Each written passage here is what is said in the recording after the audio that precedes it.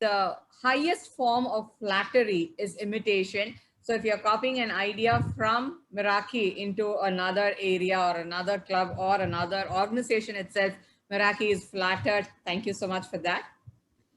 When there was a request by Ashok for a book reviewer, I thought this is one book that I need to talk about.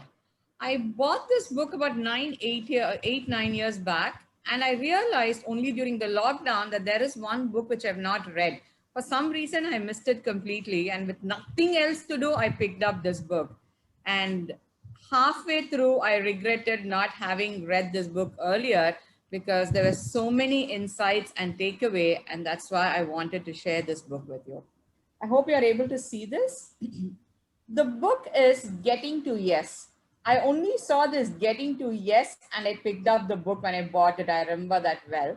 But while I was planning for this review, even when reading, I don't think I read it completely. When I was planning for the review, I realized with yourself and other worthy opponents, right? The concept I understood, but I think the title itself clearly said what this book was all about.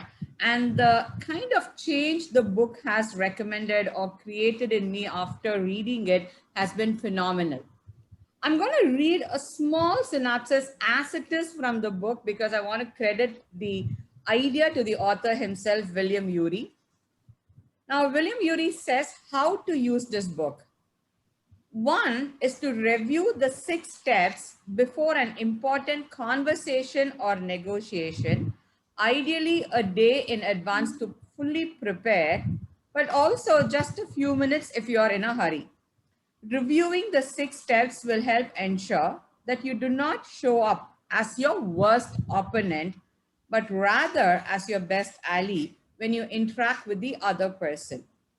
As you read this book, he encourages us to keep in mind a challenging situation or problematic relationship in life.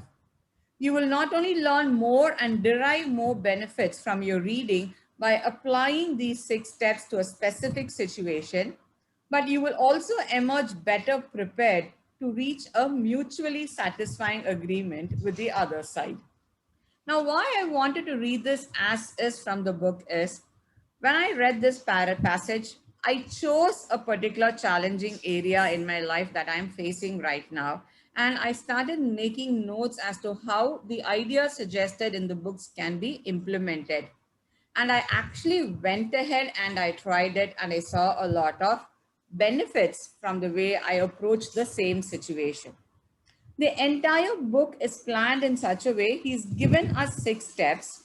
And in addition to giving the 6 steps, for each of the steps, he talks about one story to explain what the step is all about. And he gives 3 ways by which we can implement that particular suggestion or improve in that particular area. A lot of books is about talking about what can be done, but some books do not talk about how to do it. This book clearly says how we can implement each and every step. And for me, that was the magic in this book. Now, the 6 steps can be overall divided into 3 areas, which is saying yes to yourself. Second, saying yes to life. And third, saying yes to others. Now, the beauty in these 3 steps is saying yes to self. You know, I was a little taken aback. I mean, yeah, I do say yes to myself. If not, who will do it? And in a way, it reminded me of the table topic, which I won in the division and went to the district when our distinguished Satish Kumar was the division director. But they're talking about it's okay to say no. So somehow that's the first idea that came to my mind. I do say yes to my own self. Who is preventing me? But the book went ahead and beautifully spoke about our self-talk. And they said, you have to put yourself in your shoes. Many of the times we don't do that. We do not empathize with ourselves. We self-judge instead of understand why we are in a particular situation or why we react in a particular way. And this book beautifully talks about that particular concept and helps us to change. After that, he also talks about how instead of blame, we need to move to self-responsibility. You know, one of my mentors said that the minute we make a mistake, we do this behavior where we just, hit ourselves on the head because we are highly critical of ourselves.